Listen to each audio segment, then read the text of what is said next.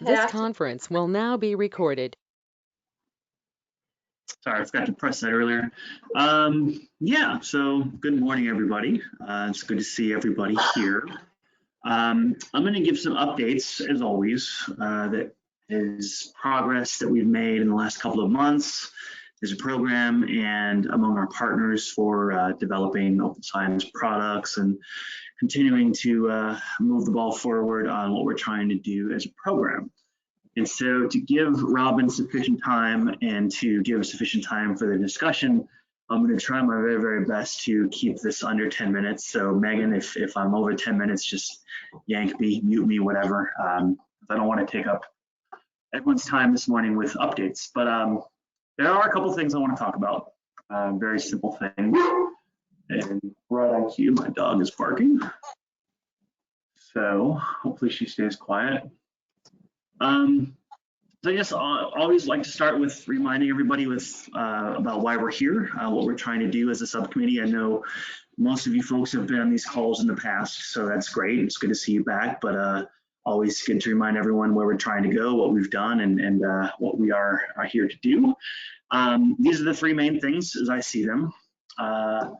We are, as a group, hopefully collectively sharing our thoughts and ideas on how to support the development of open science products at the Estuary program. That's something I was hired to do over a year ago when I started working here, but obviously this is something that I don't want to do in isolation, so I'm looking to this broader group to review products that are created or share ideas on best practices and sort of develop that community of practice around what we want to do with open science as an organization.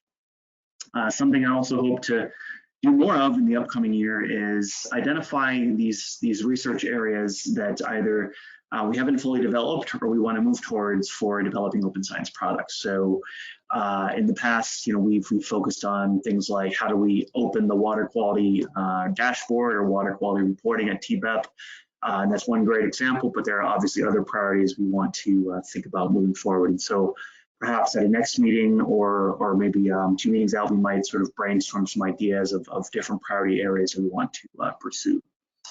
And then finally, speaking to this community of practice, we want to support training events that we think can help people understand the diversity of tools that are out there for open science and get people comfortable with them. Last year, I gave an R training in June. There's going to be some more R trainings coming up.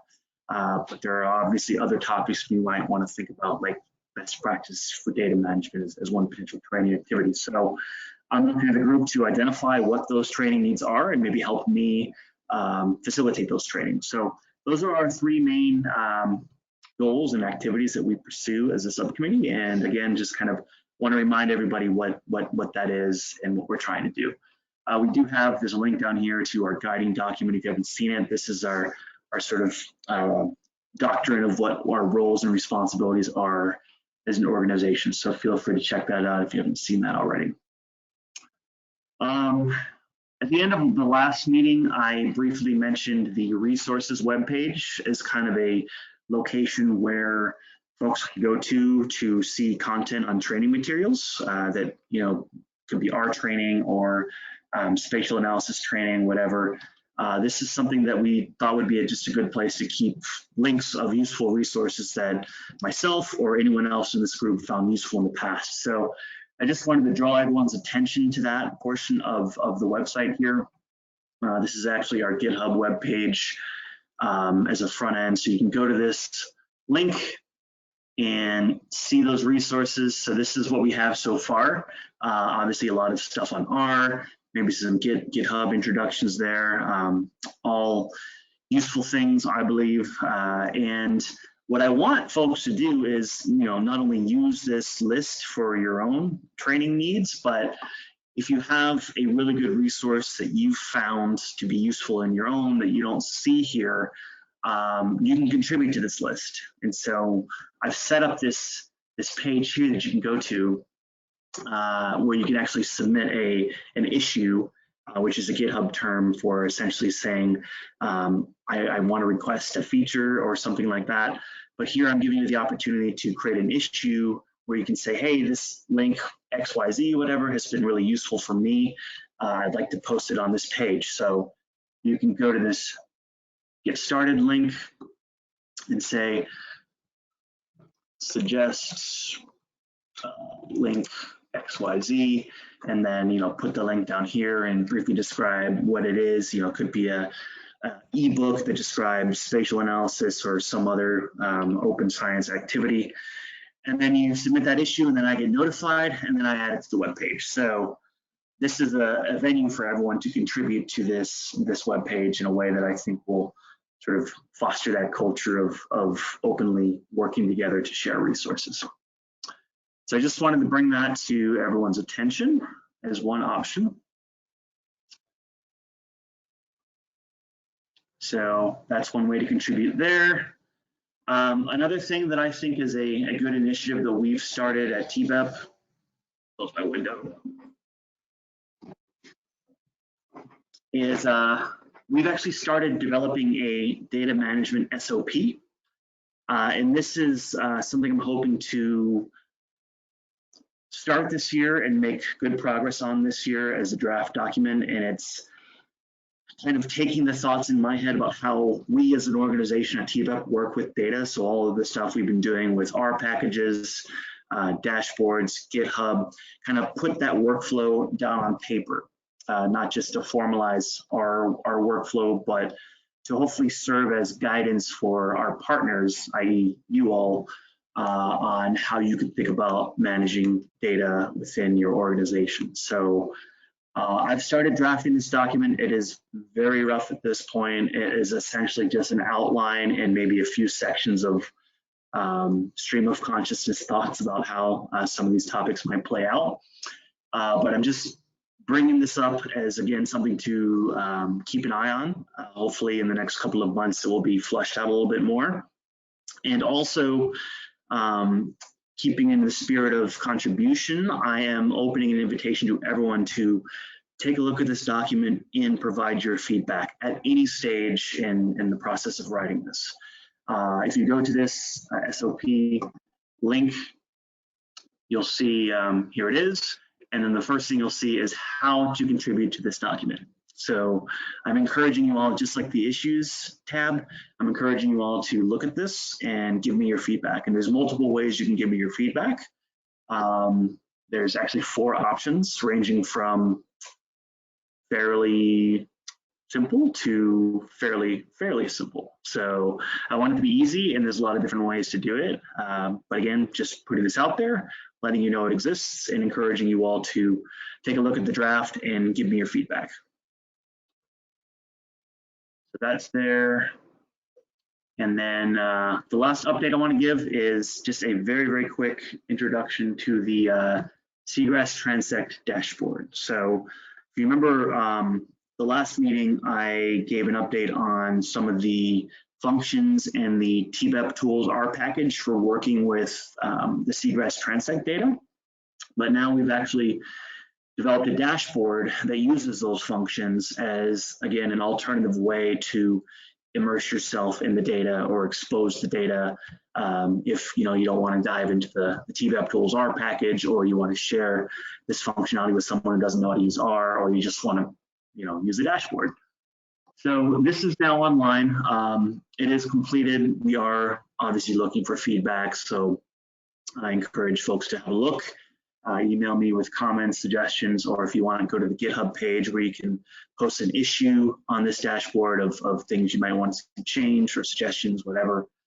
And so the last thing I'll do is I'll just give you a quick overview of this dashboard and what it looks like. So there's Gary going out into the field, getting transect data.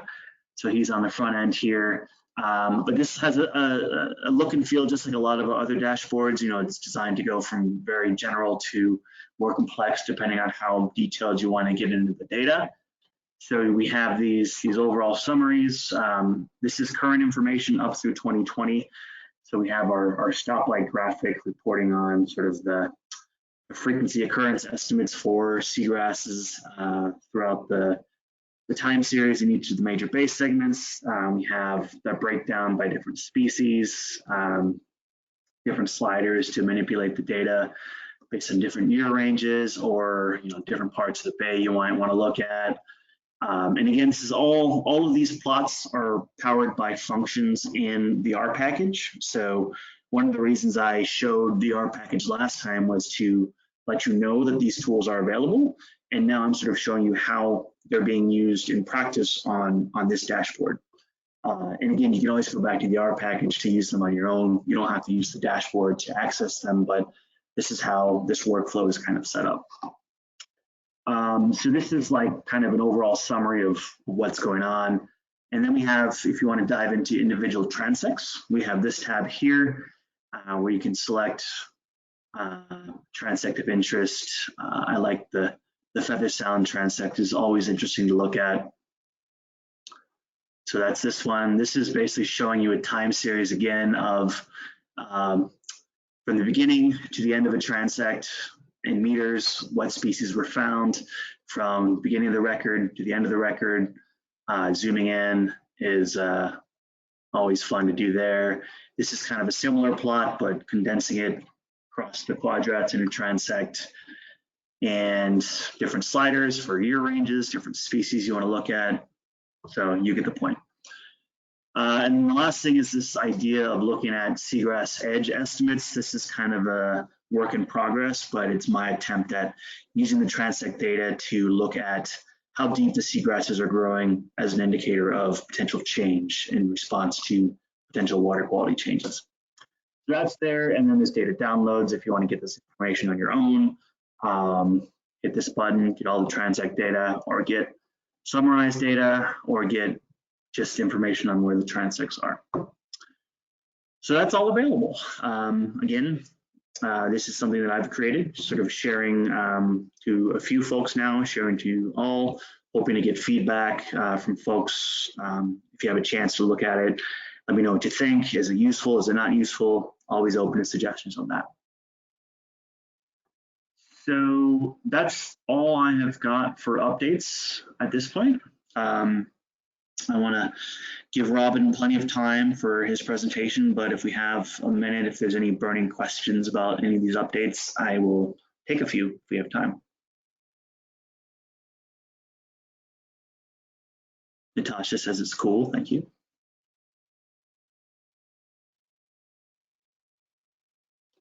Megan, you're muted, I think. Sorry, I forget these things.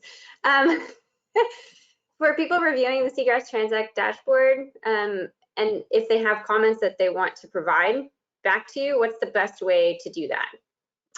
Yeah, in the past, I've done Google Forms with very pointed questions or general questions about the dashboard. I'm not going to do that this time. So feedback to me, email's totally fine, mbeck or marcus@tbep.org. Or if you want, you can go to the GitHub source page, which go to the dashboard, click this button on the top right, it'll take you to the source. This is where all the code lives. And then there's an issues tab up here. People see that. Every repository we have on GitHub has an issues section where you can post something, just like like I was asking about contributions for the resources page, same kind of idea here. So you can say, hey, this plot isn't working as I thought, and then briefly describe the issue, post that, I'll see it, and hopefully make the change. But email is always fine too. Sounds good, thank you. Mm-hmm. Any other questions before we hand off the mic to Robin?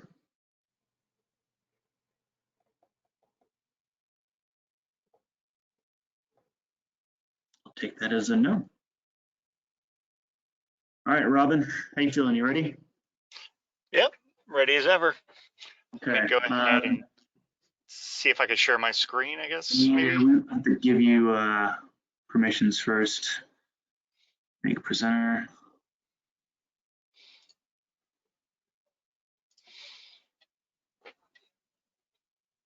All right, it looks like it worked. Everyone can see my screen. Yep. Pull this up. Yep, still see it? All right, perfect.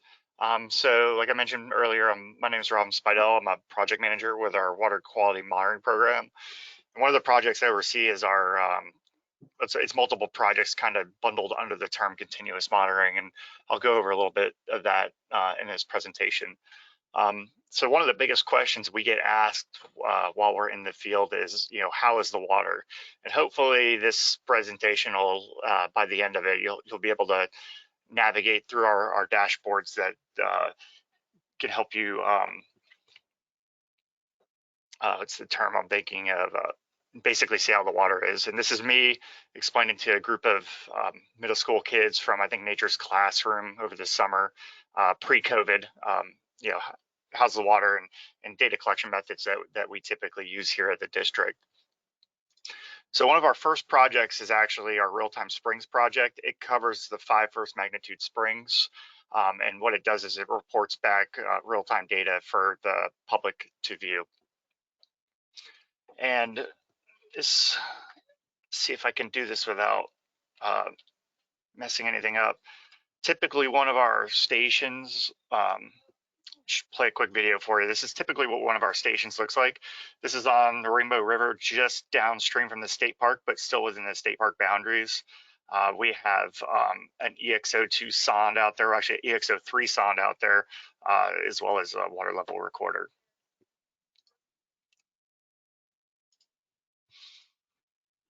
One of our other projects is our continuous offshore monitoring project, and you see the map on the right hand side there. The stations labeled in red, these are along the Chassahowitzka and Homosassa rivers. The sites in red are part of the offshore continuous monitoring, where the sites in blue are that real-time springs, that previous slide I just showed you. And the picture on your left shows how dynamic these systems can be, with fresh water coming out of Crab Creek Spring and meeting the tannic enriched waters of the Chassahowitzka River. And then these are just the majority of the bottom left-hand corner shows the majority of the parameters that we tend to collect. There's a few new additions to that, and I'll go over those in this presentation. So the offshore continuous monitoring, as well as the real-time springs, we've been dealing with those for about 5 years now. So these are kind of older season projects. Some of our newer projects actually are the Lower Hillsborough River. We started this summer, just upstream from the Sulphur Springs pool, and this is part of the third 5-year MFL assessment of the Lower Hillsborough River. We also have Flatford Swamp, the north part right off Taylor Road, Myakka River that goes under the road there. We have a station that's newly constructed. We're just collecting turbidity and specific conductance from this station. And the thorn in my side, Lake Hancock project. This is the Lake Hancock wetland outfall project, and this is discharging, basically taking water from Lake Hancock, cleaning it of nutrients, and then discharging it into Saddle Creek.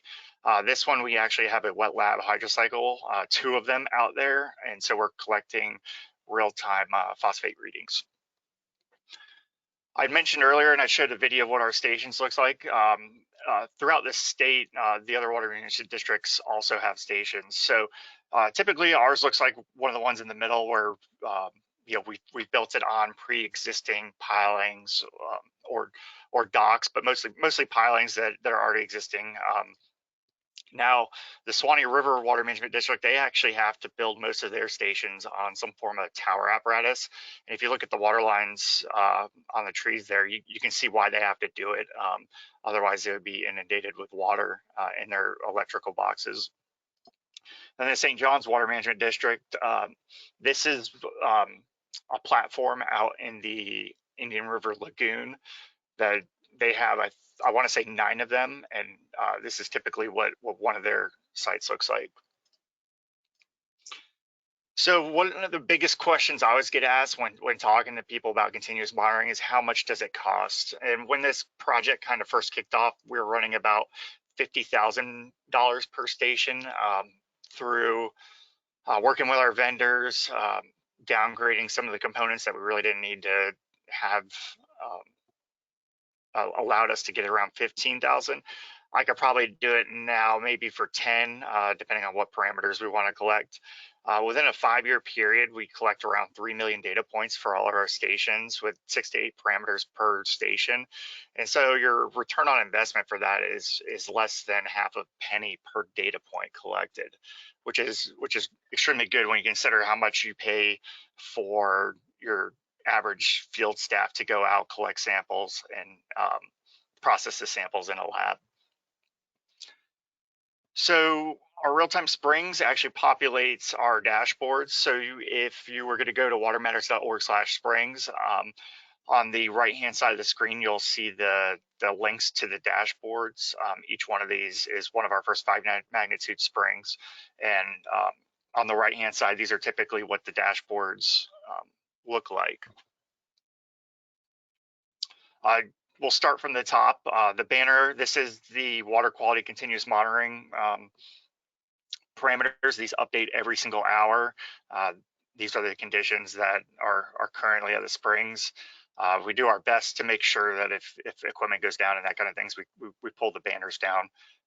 And we're also looking to possibly revamp these in the future to make them a little more aesthetically pleasing. But for the purpose of this presentation, I'll just give you the general rundown. So in the left-hand column, you have things like your rainfall, your stream flow. We actually pull our stream flow from USGS, as well as FDEP. We pull some data from there too. The middle, you have interactive maps as well as the water clarity. You'll notice this is for Chassahowitzka Spring. The water clarity was done in August, and that's the reason why it's 8 feet. No real alarm there. That tends to be the height of the rainy season, and visibility drops significantly at that spring. Typically, it's around probably 30, maybe if you're good, 40 feet with the horizontal secchi. And on the right hand side, we have our water use. Once again, an interactive map that has a slider on it, so it could show how land use has changed over the years. And the nitrate loading pie chart, I believe that's from FDEP. There's Springs publications. Now, these dashboards, they're a little bit harder to get to now. And if you don't know, to go to watermatters.org/springs. But during the height of our marketing of the springs, this is 2019 page views, with Kings Bay leading the group, which is no surprise because everybody who's coming down here to look at all the manatees in Three Sisters Springs tend to always want to see that page, or if they're out on the boardwalk while we're out servicing gear, we help navigate them to the page, and the volunteers do the same that work out there. All 50 states have viewed the page at least once, with Florida taking the lead, followed by Texas and Georgia, and as well as 59 countries, which was a shocker. We didn't realize that many countries had browsed our dashboards. So why is this real-time continuous monitoring important? And it correlates water flow with water quality data to identify relationships. Those stations I showed earlier on the Homosassa and Chassahowitzka River, they're installed almost directly next to a USGS discharge gauge. And I believe Mike Wessel, who's in this conference call, has done some form of analysis with that as well. We want our water quality change in which changes occur. It reduces our need to collect lab samples. It makes this data readily available. All of our stations, we actually have telemetered. We're blessed with that, so we don't have to deal with the pains of going out and downloading data and making sure that it was downloaded correctly and set back up for deployment correctly. It's just all coming in through telemetry. It also helps us identify the gaps in water quality monitoring. I'll get a little bit into that in a little bit here. And provides us tools for early trend detection, and it also detects water quality changes pertaining to events like hurricanes and floods. Now, some of the challenges we face is it is a higher upfront cost. Like I said, our average station's around $15,000 now to collect the 8 parameters with a EXO2, and then it goes up to 50 if you want to add in, say, a nitrate sensor. These do require stations to be constructed. That's just the nature of the beast. You have to have boxes to house all the electronics, as well as antennas and solar panels and all that fun stuff. And environmental conditions aren't always ideal, meaning you have electronics submerged in water over an extended period of time. They're eventually going to run into issues. And talking about those issues, biofouling is one of the biggest uphill battle issues we have. Our pro tip that we tell anybody who's ever asked us is actually ladies' pantyhose. That seems to be the best thing to prevent against any fouling. And they're cheap. We can usually get a couple pairs for under $1. They also require constant maintenance. We're having to go to the stations. We visit these stations. Pretty much all of them are monthly across the board. But then there's a lot of work in between to keep these things up and running. And they're also susceptible to vandalism. We've had stations with bullet holes in them. We've had stations just disappear overnight, spray painted, parts stolen off of them.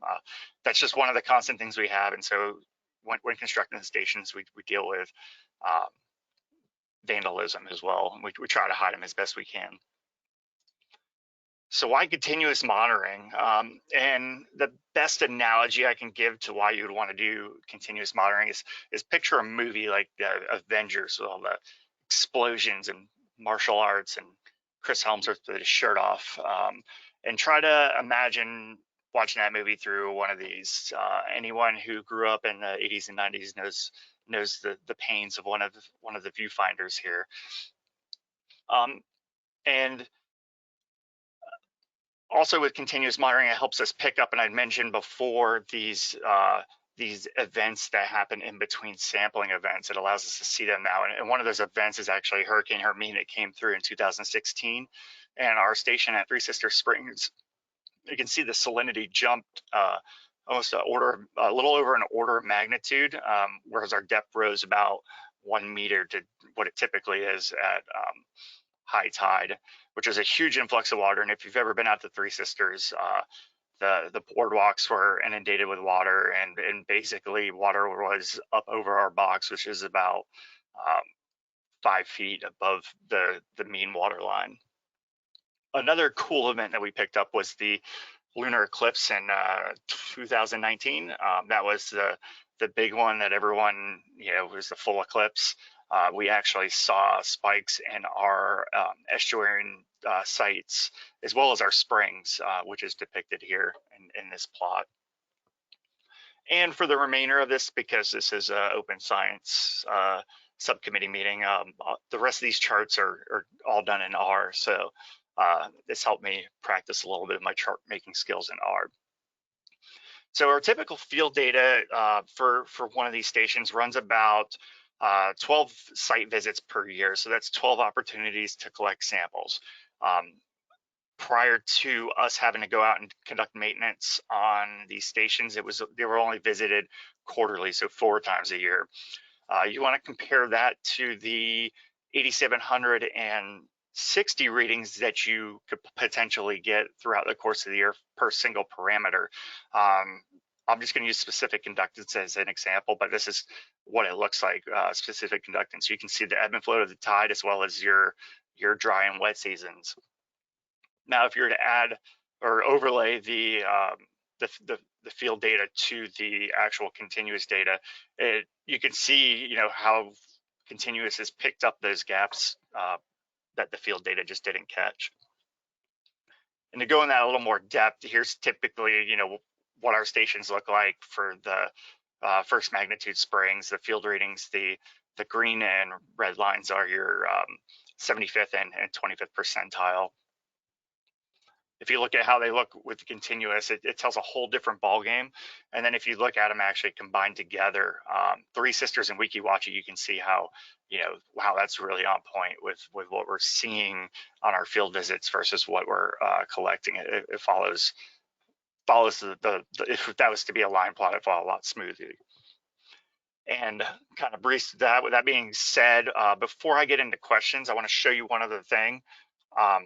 For anyone wanting to get into continuous monitoring, and that is the reason we have everything telemetered is we actually have an internal dashboard that allows us to view the springs in real time as well as troubleshoot. And this is created through our LoggerNet server. And what this does is it shows us things that we don't typically let the public see, like battery volts, panel temp, cable power, comm status, things like those. This helps us troubleshoot things as they go.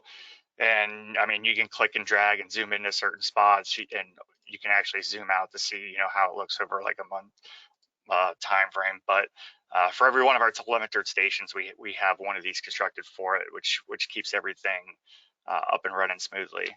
So with that, are there any questions?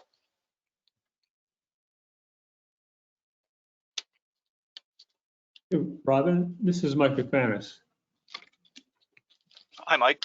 I've got a question. You did a really great job showing the value of the continuous monitoring for discrete events that have a known duration. But how have the continuous monitoring helping out with, say, gradual changes in land use or demographics in the basin over time? Are you able to pick up, say, shift in some of those parameters as more development occurs or as BMPs are implemented? The thing we've noticed with the continuous, and it's still kind of in its infancy as far as detecting long-term trends. One of the things we notice is we're not seeing too many spikes with, say, putting up BMPs or doing septic to sewer, those kind of things. We haven't really started to see any decline, and I think we'd be able to pick that up with our traditional sampling too, because of the residence time that the water takes to get from your ground point source to the actual spring vent tends to be years. So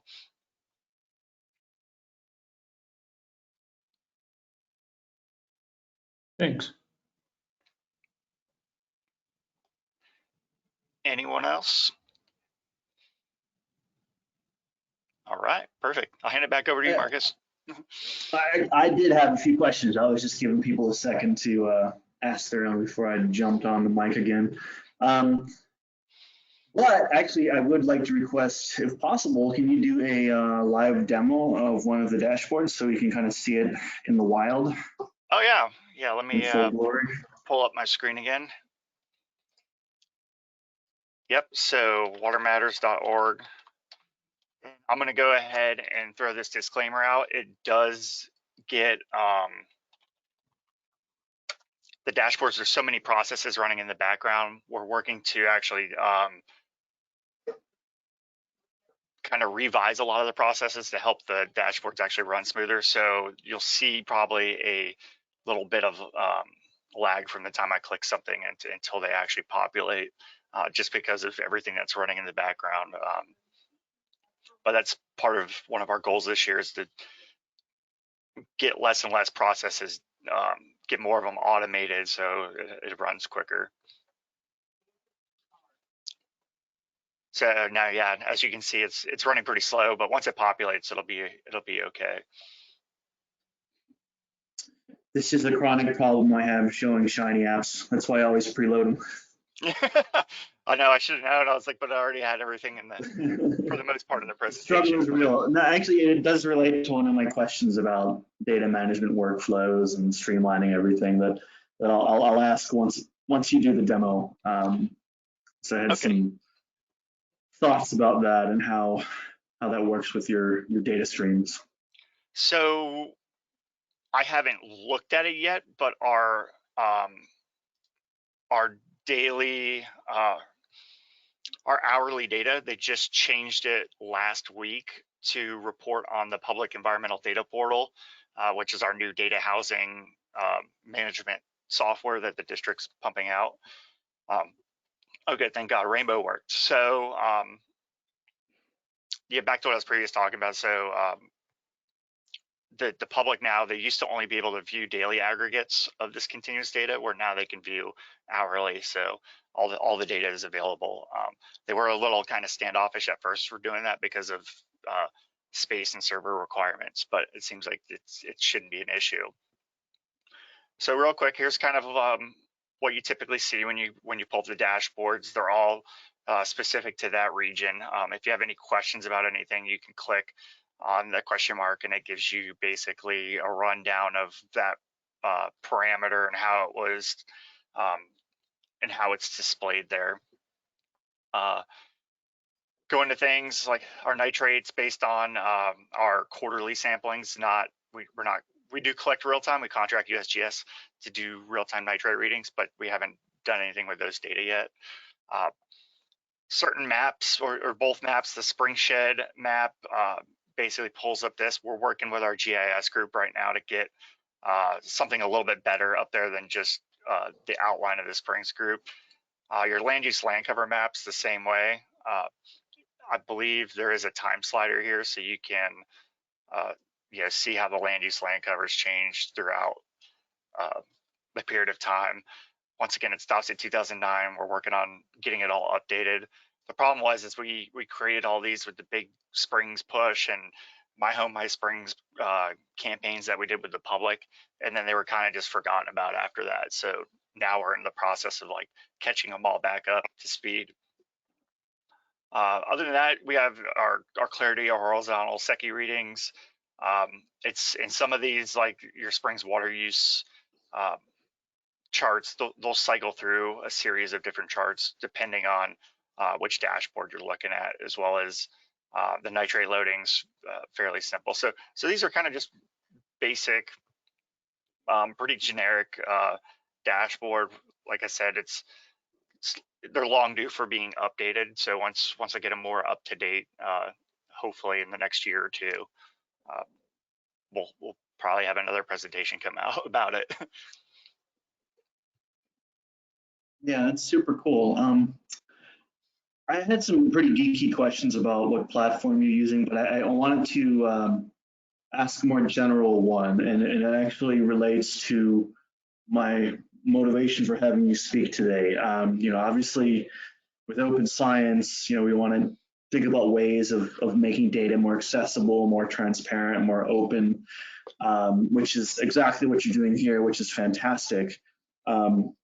But one challenge is, how do you close the gap from data source to a dashboard? And particular with continuous monitoring data, as you know, Robin, Yes. There's a lot of challenges with that because you have a steady stream of information that not only requires, tapping into the source, but prepping it in a way that it does feed these dashboards in a way that doesn't, break whenever the, equipment goes down or there's weird values in the data. And I'm wondering if you could you hit on it a little bit, some of the challenges of field deployment maybe, but could you maybe talk a little bit about how this workflow goes with the data source to the dashboard? How is that being done? Just so other folks can understand, and appreciate the work and all the headaches, I guess, that go into producing something like this. Yeah, so I'm kind of not the best person to answer this, but so we actually have web developers on site that built this. And to give you an idea of what went into the original construction, it was basically our communications section or department reached out to the public and they were like, what do you want to see? And throughout the district, each section basically had their kind of piece of the pie. And it was the web developers that had to link all these pieces of the pie and get all this information and make it into what you see now today. And it sounds pretty simple, but in the long run, it's not that simple. We run into issues in the field. We run into coding issues. All it takes, like some of these graphs, we just literally moved over from our pulling the data from our res tables in WMIS. Now they're pulling from the environmental data portal. That was a project in itself to get that data populated. So it's not just one person working on them, it's a whole team. And I think the biggest challenge is getting such a large team to agree on making changes, to either add or remove stuff. It takes like a huge amount of buy-in, and that's kind of, I think, the biggest struggle that we cope with here is trying to get everyone on the same page. And and to display to the public what is available, because there's so much available that it's kind of hard just to like sum it up in one dashboard, but we try to hit on the highlights of everything. Yeah. Yeah, it's certainly not easy at all to work together with others when you have so many data sources and you're trying to develop code that plays nice with other people's code, and like you mentioned, figure out a way to unify the results that make sense to your end users. So I'm wondering if what sorts of workflows do you use to do that? Are you guys just sort of, using email back and forth, or are you using like collaborative platforms like GitHub, for example, to share code and track different versions? Is that a process that you guys have discussed in any way? So we're in the process. I just had an email meeting. So we actually had a meeting last week and it took me like 2 months to try to get everyone together just for a meeting to discuss the dashboard as well as trainings or changes, not trainings. But yeah, that's kind of what we're dealing with now is just it's trying to, I guess the best terminology I should say is like herding cats. It's kind of what it is when trying to get so many people together. And historically, we had each section do something and no other section knew what that section did. I'm kind of been assigned as like the lead now, so there's at least someone, and then there'll be an alternate to me that'll have the general knowledge of who did what, and then that way we can individually branch out to those sections to get their portion of the dashboards updated. Yeah, I mean you're in a position that is tricky, because yes, exactly, herding cats is a very great phrase to describe the process. From my own perspective at the estuary program, I mean, it sounds like one of the main goals we have is to open the process of curating data and synthesizing it and opening up that process towards how the data are used to feed our reporting products. And essentially, I can talk to Ed, who was, one of the main individuals who developed a lot of these workflows for, like, example, our water quality report card. And Maya helped a lot with that too, but I basically had to work with them to say, well, what did you do to create that? And what do I need to do to open up that whole process? So it doesn't rely on just one individual. So say, for example, like you're in a situation where you have an IT staff or an individual in IT that knows how to do these certain tasks, but that person leaves or retires or takes another job, whatever. Then how do you transfer that knowledge? That's an institutional challenge that is relevant to, I think, everybody on this call, and it's something that I think Open Science can really help with, developing a way to make those workflows, put them on paper, so to speak, or I guess on GitHub or anywhere, and make it so anybody, say, if you don't have that intimate knowledge of how to produce that, you can go to the source code and say, okay, I can follow the breadcrumbs, I can figure out where the data inputs are, what's done to them by looking at the source code, and then seeing how that source code feeds a dashboard. And that's something that I'm elaborating on this a lot because that's a very good point that I think that Open Science can address, and I want this group to understand that and see the value behind that. Because there's a lot of steps along the way to being open, and a dashboard is definitely a great step forward, but as Robin, you just mentioned, there's obviously still a lot of challenges along the way that Open Science can help with. Yeah, and one of the challenges, thinking about it now, is most of these graphs and whatnot were created by someone who no longer works for the district, but they were all written in SAS, and we don't have anyone at the district who knows SAS. So now we're debating, do we try to reconstruct these using something like R, where there's a lot more familiarity with it, or do we do away with them altogether, or do we use kind of like the Esri storyboards to present this data? Like there's multiple ways of doing it. It's just now, you know, looking back, and that's why we can't make, you know, subtle little changes, is because it was written in a language that no one speaks here anymore. So these are actually really good discussion points that I think our discussion in a minute we'll talk on. But before we get to that, I did have one final question, if people can bear with me. And it again is something that I struggle with on my end with, you know, who is your audience for these types of products? And obviously, you know, with this dashboard, you know, you're talking about public outreach or public education, using this as a means to communicate to the general public on the status and trends of springs in the region. And so this might be kind of a pointed question, but you did have a slide where you showed you know, how many times these web pages are being pinged by different users around the world or in the United States.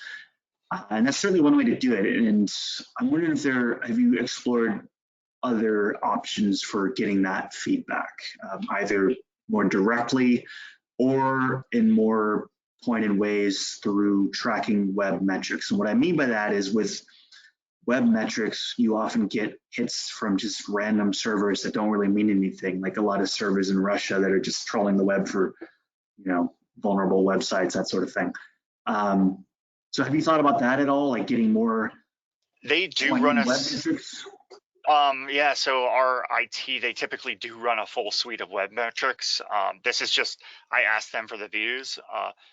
Historically, with our dashboards, they never collected the full suite, which shows, you know, how many times is it pinged, how many, you know, it picks up on things like hackers or servers, type like that. I'm not too much on the web-based side, so I do know that these are issues that they run into and they do monitor. But they haven't typically in the past for the dashboards for one reason or another. But it's definitely something I think when we're moving forward that they'd want to track, because a big selling point is, you know, this whole return on investment theory of, like, you know, we're paying for all this equipment to go out there. We want the public to view it, and, you know, how are they going to be able to view it? Yeah. Yeah, like what's the return on investment of producing these things? You want to make sure that the end users are actually benefiting from it. Yeah. Okay. Well, cool. I had one other thing. Mike McManus asked if this data is available to the public, and I'll just show you real quick. If you go to watermatters.org/EDP, Water Matters. This pulls up our new environmental data portal. This is where everyone will go to access any data that we've collected. It basically brings up a map overview with all the state sites on it. You click the site and you can actually download the data that's available for that site, whether it's hydrologic conditions or water quality.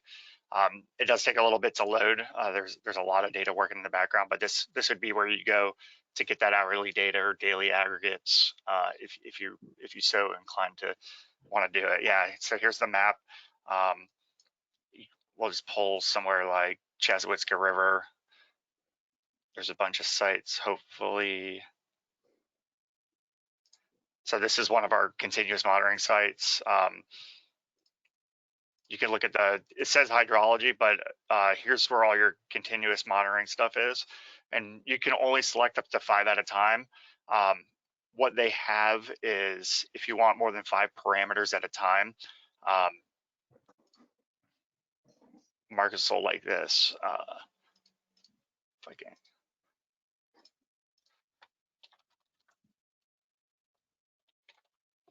We actually have these R Shiny apps right here where it says advanced search options. So we had our lead that was in charge of doing this whole data portal. She wrote these URL generators. Basically what the data portal is doing is it generates URLs based on your search criteria. Well, she wrote our Shiny apps to take those data and create these URLs in which the public can now download all our water quality data. Because normally if you're looking at water quality data, you're looking at more than 5 parameters. You kind of want the full shebang. So anyone wanting to view or play around with data, this is kind of where I direct them to go. That's fantastic. That makes me really happy. I'm glad to see that. Okay. Well, I've stringed you along long enough, Robin. So I really appreciate your time today and sharing that. Oh, thank you. You're welcome. If there are any questions that people have about the dashboard or the data or anything that the district does, I hope you don't mind if they, if they could get in touch with you directly through email or anything else. Yeah. Yep. Not at all. Feel free to reach out to me. I try my best to help everyone. Cool.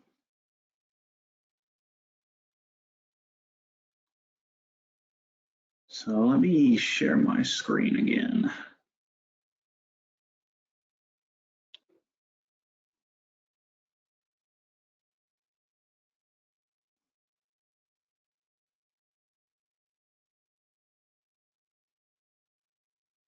So we do have on the agenda a few discussion items. Two of them, we could spend the last 30 minutes talking about it if the discussion goes that route, which would be fantastic if we get a lively discussion going. But then I have, before we wrap up, I want to just mention next meeting date and upcoming training events. So I want to make sure we get to that. But before we do that, just go back to my slides. And this is the first discussion item.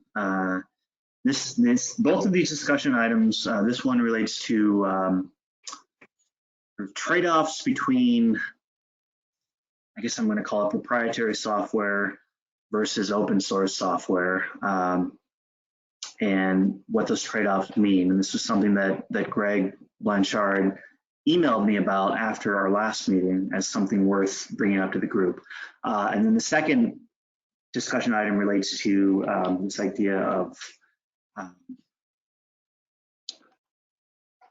kind of an R question, really, but kind of more generally getting at this problem of software becoming obsolete over time. So I'll explain more about that a little bit if we get there, but I want to first talk about this issue that Greg brought up. And so Greg, if you're on the line. Yes, I am. I hope you can hear me. Yep, hear you loud and clear. Okay.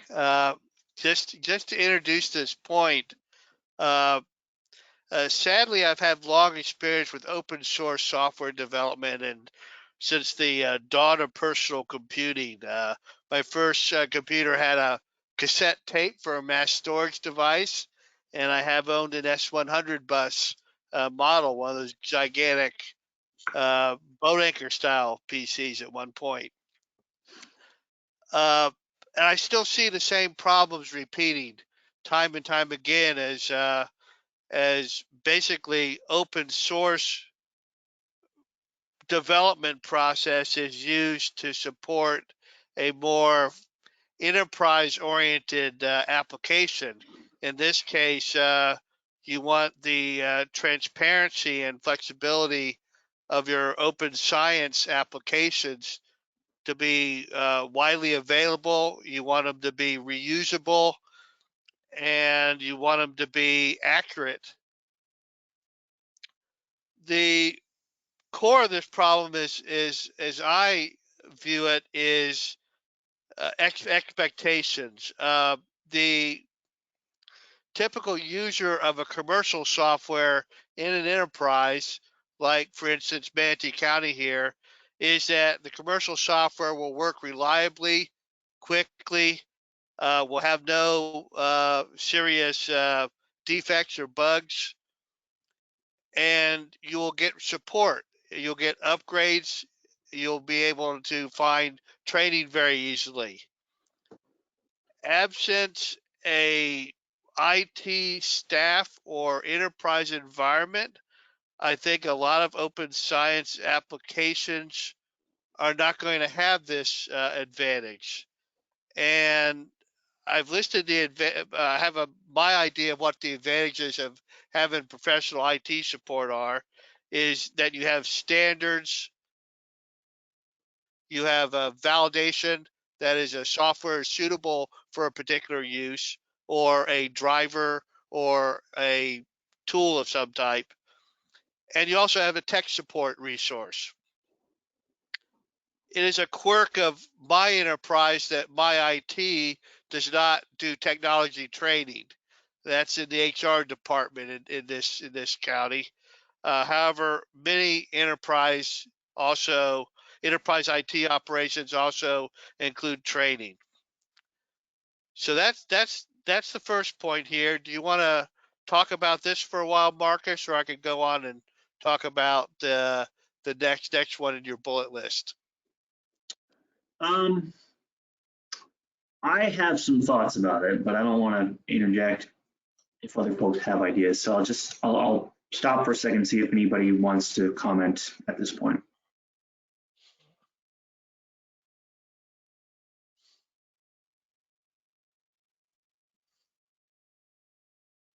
Everyone's totally. Oh, go ahead, Natasha. I guess how I'm trying to view it is how you can have both, and maybe that's the, the hard part is there's probably always going to be a need for commercial software, but how can we better integrate open source software to, enhance commercial software and or get, where commercial software is limited to be able to share it with all of these other commercial softwares, I guess. So I kind of see it as the bridge, and also where you can be a little more innovative where you're limited. But that's just my opinion.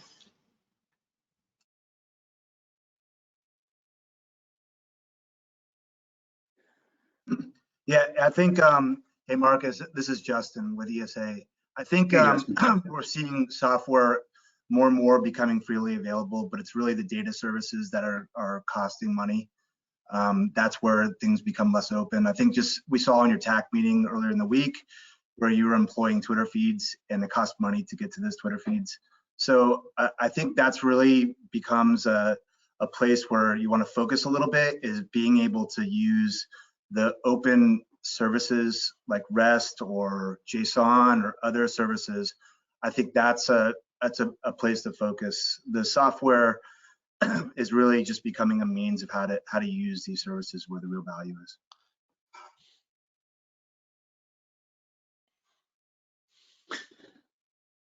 Yeah, and if I feel like a lot of people were on the TAC call last week, but if you weren't, Justin's referring to a presentation we had by one of our collaborators at New College, Dr.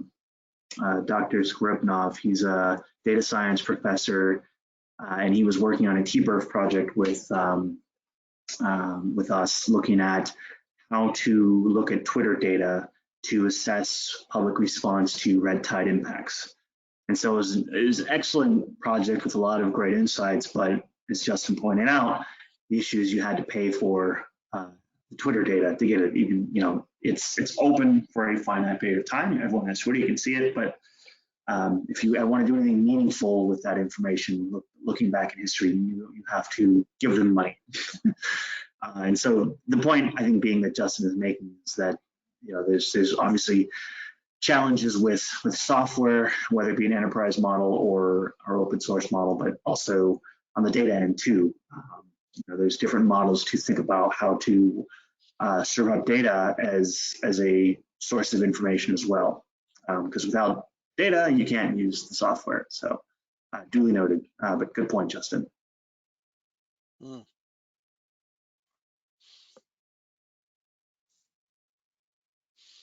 I guess like I always get hung up on a different piece of the open science pie and or cake or whatever we're calling it.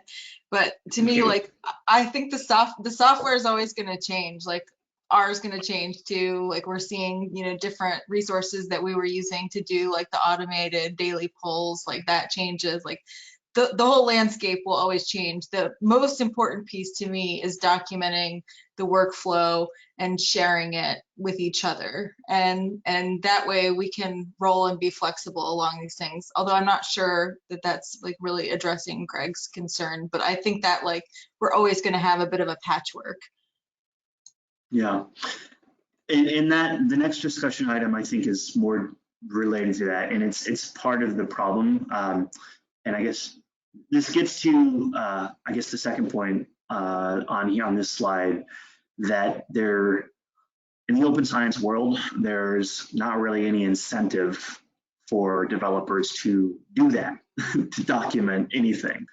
You can use R or you can use Python in a completely closed fashion, which is really important, that distinction, to understand that just because you're using open source software doesn't mean you're doing open science. And so learning the tools is great, but learning the best practices to using them in an open environment and actually doing them is really what we're trying to achieve. I don't know if that captures Greg, your comments on the second point, but that's how I kind of see the issue. It's the start of my comments. Documentation of any development activity is absolutely critical. Comments in the code, documentation of how you use the product or service that you've developed, localization into additional languages and character sets is also becoming more important as the World Wide Web becomes the World Wide Web. And people forget about that. Testing of your product to make sure it's defect free. And then finally, distribution has gotten easier with things like GitHub, but still localization is a problem. Some of these services are also paid. Some of these have monetization mechanisms that you have to work around. My summary here is just to try to make people aware of these issues. These are the software development environment of today, and hopefully standards and practices such as those at the site that you mentioned in your link and the third bullet are more widely used by anybody. I'm afraid what happens is when somebody's in the middle of developing a tool or application, they get so excited to start seeing results from it, they don't go back and document how they do it. And that has been going on since the dawn of computing. My first programming class stressed the importance of comments and documentation, but that doesn't make you do it. And I'll just close out there. I do have one comment about your diagram, open source software to commercial software. That's a nice simplification of the issue. I'm going to propose a third axis there, and that's the usability axis. It has gotten better these years, but if you're trying to use a piece of open science software to publish a journal article, you're going to find out whether or not its output is fully compliant with the standards and practices used by the publisher. De facto standards are important. A PDF must be a PDF no matter how it's generated. A Word document must be a Word document no matter how it's generated. These sorts of usability items are also important, more than stability and creativity in some instances. I've seen very simple programs become incredibly useful because they address the issue that people needed to be addressed. And I'll close my comments there. I hope this has given some people some ideas and has fertilized the ground, so to speak, for some discussion. Thank you.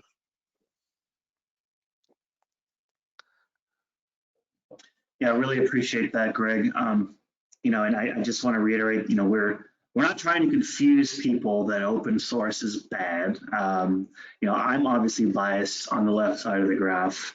I don't know if bias is the right word, but we're really just kind of trying to expose these issues to be transparent in understanding the options that you have available, and to encourage us to think about ways to improve the process of open science. You know, there's a time and place for commercial software, just like there's a time and place for open source software, and they're not at odds with one another. I also want to make that clear.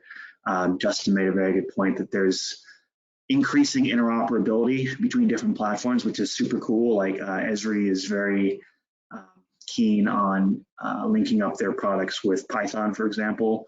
Microsoft has been making strides and working with R, for example. And so there's more and more tools around to link these two different approaches. And again, just kind of reiterating that if we are going to do the open source path, try to use best practices in the development process to make sure that you're not just creating a one-off thing that has no documentation, that over time no one will know why it was developed and what it could be used for.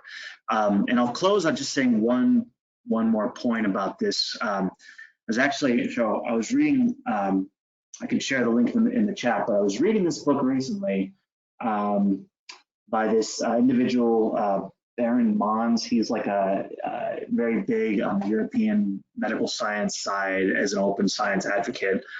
And he coined this term that I thought was really appropriate for describing this problem that Greg mentioned.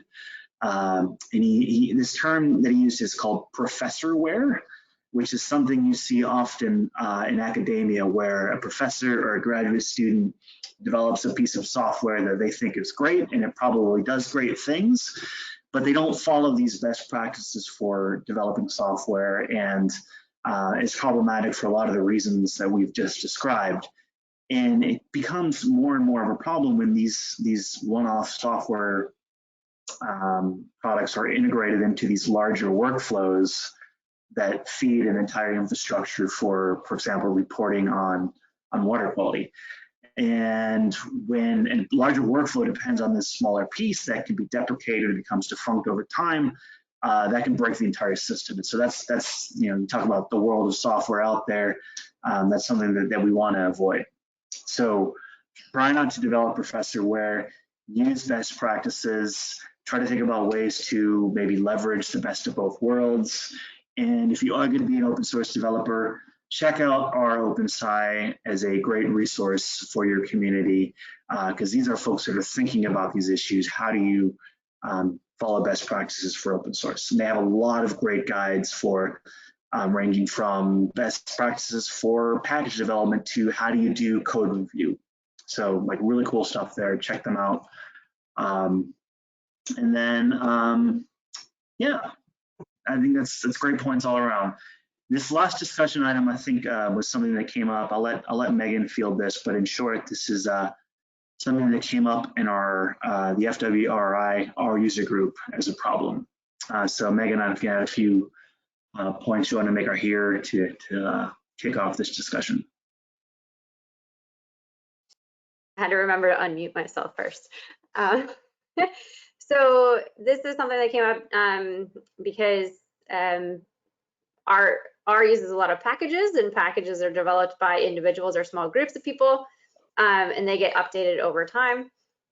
And you might write code that does some amazing work for you in 1 year, and then years later you want to use the same code and run it again, only to find out that it might not work the same because there have been updates to the package or updates to arguments of functions and what are default values and what are not. So you might end up with this issue of like what we would call broken code later on. So I had seen a post come up about this, and there are a couple of different ways where you can sort of lock in the environment or the date that you want to use for particular packages to run in order to keep your code consistent over time. So that was just kind of the what was brought up in discussion. And then there's been a few resources out there for addressing the problem. They work similarly, but slightly in different ways as well. So some have, their own pros and cons. Yeah, but that's I guess that's kind of it in terms of that. The one that I had found was Groundhog, which essentially sets a date for the packages that you have loaded or in that environment. So you kind of define a groundhog date at the beginning of your script, and it says, I want to load the packages as they were on that date. And then your script runs according to how the package was on those days. I'm less familiar with the RENV one, Marcus, so if you want to touch on that one, go for it. Yeah, so this is very quickly getting into a conversation about R specifics, and I don't want to go too far down that road. The reason I wanted to just discuss this in the first place is it relates to a lot of the challenges in the last discussion that we had with Greg. But essentially, these packages, I mean, this is a common thing that I think web developers or software developers do is they realize that, yes, things continue to develop over time, and then there's a risk of your code becoming defunct or broken years or months into the future even. And so these packages kind of just take snapshots of where you're at when this project was developed, so that if a package goes to a new version that has breaking code where older versions that use that will no longer work, you can basically take a snapshot of what versions are using at any point in time, so they're kept at that version in perpetuity. Groundhog, as I understand it, is more for the script level, so like one script of code, whereas RENV is more of a project-oriented workflow. Where if you're a user of RStudio, you're probably familiar with projects, but it's an idea where you have one modular group of files that's not just your script, but includes your data as well as all of the packages that you've used to use the data in your script. So different packages with similar ideas.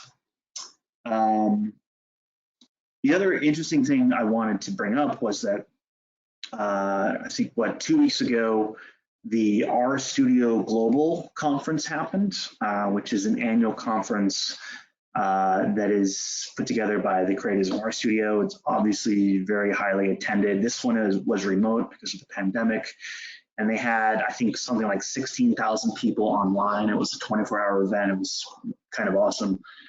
But the keynote speaker that they had was Hadley Wickham. He's the chief scientist at RStudio, lead developer on some of the most widely used packages in R. He gave a talk about this very concept of, when they as developers want to make changes to the packages that thousands, hundreds of thousands of users around the world use, they are very aware that when they make changes, there's the potential for breaking changes that makes older code obsolete. And so he gave a whole presentation about this idea, and they have, I don't think they're online yet, and I can put on the resources page when it does go online, but they have this sort of naming convention of their functions and their packages that they've developed to get people aware that functions are either stable, they won't change over time. So if you're a developer, maybe think about using the stable functions, or there's another label that is like under development, or there's a label that's deprecated, meaning another function was developed that supersedes that function. So they're very aware of these ideas and aware that software develops, as just a need for open science to progress, but also realizing that people are going to use versions of a package that might be changed over time. So that's just something I wanted to bring up, that these are not issues that people aren't thinking about actively. So if anybody had any thoughts on that, we can discuss a bit. Yeah, Marcus, this is Greg. I've got a couple comments on that. This is why software developers use applications like GitHub. It's a centralized development management portal for an application or functions. The problem in this context is used like this, it's pretty much requires full-time investment of somebody to understand and use the tool. It's not something for the casual user. And it looks like this discussion item is focused on, say, a casual user of an R open science tool or function without needing to go into a complex version management system like is built into GitHub. So this whole discussion seems to argue for a simplified user level version control system. And I'll end there. So version control is something we haven't talked a lot about in this subcommittee. It might be a topic worth exploring for another meeting because there's a lot to unpack there in terms of where a user would intersect with version control, either as a developer or consumer of the products that version control creates. And yeah, I'll just close by I guess reminding everybody that, you know, open science is a cake where you choose to eat from that cake is totally up to you. But all of the pieces of the cake are interconnected. You have your, you know, users at the top that, you know, maybe just want to look at the dashboard, but then you have at the bottom maybe your developers that are creating the products that feed the parts of the cake at the top. All of the pieces are interconnected, all that fun stuff. You've probably heard me talk about the cake before. And so I know in this group we have a lot of folks that are at different levels of the cake, and so we want to understand how these pieces relate to one another and how we use open science to benefit the collective good. So with that, unless there are any other comments about this, I'll just move on to the final announcement items. Oh, I guess I have one comment on just what Greg said, which is kind of, I agree that like a lot of these tools can be complicated, but I think one thing the open science world has been good about, especially recently, is making these tools more accessible to people. So like Git is a command line interface, and it can be pretty confusing to use if you're not familiar with it. But RStudio then started to integrate it in like just buttons that you can push in your program and link that up with GitHub. So they've taken these tools that maybe were a bit more complicated, and you can learn to use those more complicated versions over time. But they've kind of, I feel like a lot of the tools, they've started to kind of lower that barrier to entry to make them more user-friendly for the casual user. And I think that that's kind of been a good direction. Yeah, thanks, Alex. That's a really good point. Lowering the barriers to entry is a common theme that the R community in particular has adopted in the last 10 years, because these things can be daunting to learn, and we don't want to scare people away from the get-go. And if we can hold their hands, I guess, or show them the path of least resistance to at least getting their feet wet, that's a way to do it. And one final plug for the RStudio Global Conference. There was a really interesting talk. If you haven't heard of this individual, Dr. Allison Horst, she's a stats professor at UC Santa Barbara. She is now an artist in residence at RStudio, and she has used art as a vehicle to make R more accessible and feel less daunting. It's something to immerse yourself in. So she has created hundreds of illustrations that demonstrate how packages do things in R, or what R is in general. And I encourage you to check them out. I'll put on the resources page a link to some of her artwork, but it's a way to just use art as a vehicle to get people exposed and feel more comfortable with learning these things. So that's the last plug I'll make. See, last two things I wanted to mention were next meeting and training events. So our next meeting will be on May the 4th, which is International Star Wars Day. And we will have a presentation from folks at the Peconic Estuary Program. kind of demonstrating a tech transfer. We've been working with them to develop their monitoring program, and they're actually using a lot of our tools that we've developed to develop their own monitoring framework using kind of what we've created as a tech transfer exercise. So that's coming up. You'll get emails about that, and then moving forward, we'll continue to have these meetings quarterly unless I hear otherwise. So August 3rd and then November 2nd, and they'll round out the year. And obviously, if you have any ideas for speakers, please send them my way. We could have more than one speaker if we want, or we'd have more of a discussion style like we did today. But it's up to you all. Just let me know what you think is best. And then lastly, with training, let me refresh that. Okay, so I talked about, one of the goals of this group is to facilitate training to get people comfortable with using these open science tools. And so coming up, we have actually next week with the FWRI R Club meeting that Megan runs, we'll be doing a Shiny training. So Shiny is the platform that we use at TBEP to create our dashboards. So if you have any interest whatsoever in learning how to make your own Shiny apps, we'll do a quick tutorial about how to do that. And then also there's an open invite to anybody in March, starting in March, going every other week. I'll actually be giving a set of short 1.5-hour trainings for actually a project that I'm doing with the NERS. And this is actually a pretty topical training focused on using ecosystem metabolism from continuous monitoring data as a way to assess health of estuaries in the NERS system. So if you have any interest in that, or just want to brush up on your R skills in general, let me know and I can get you on the list for those training events.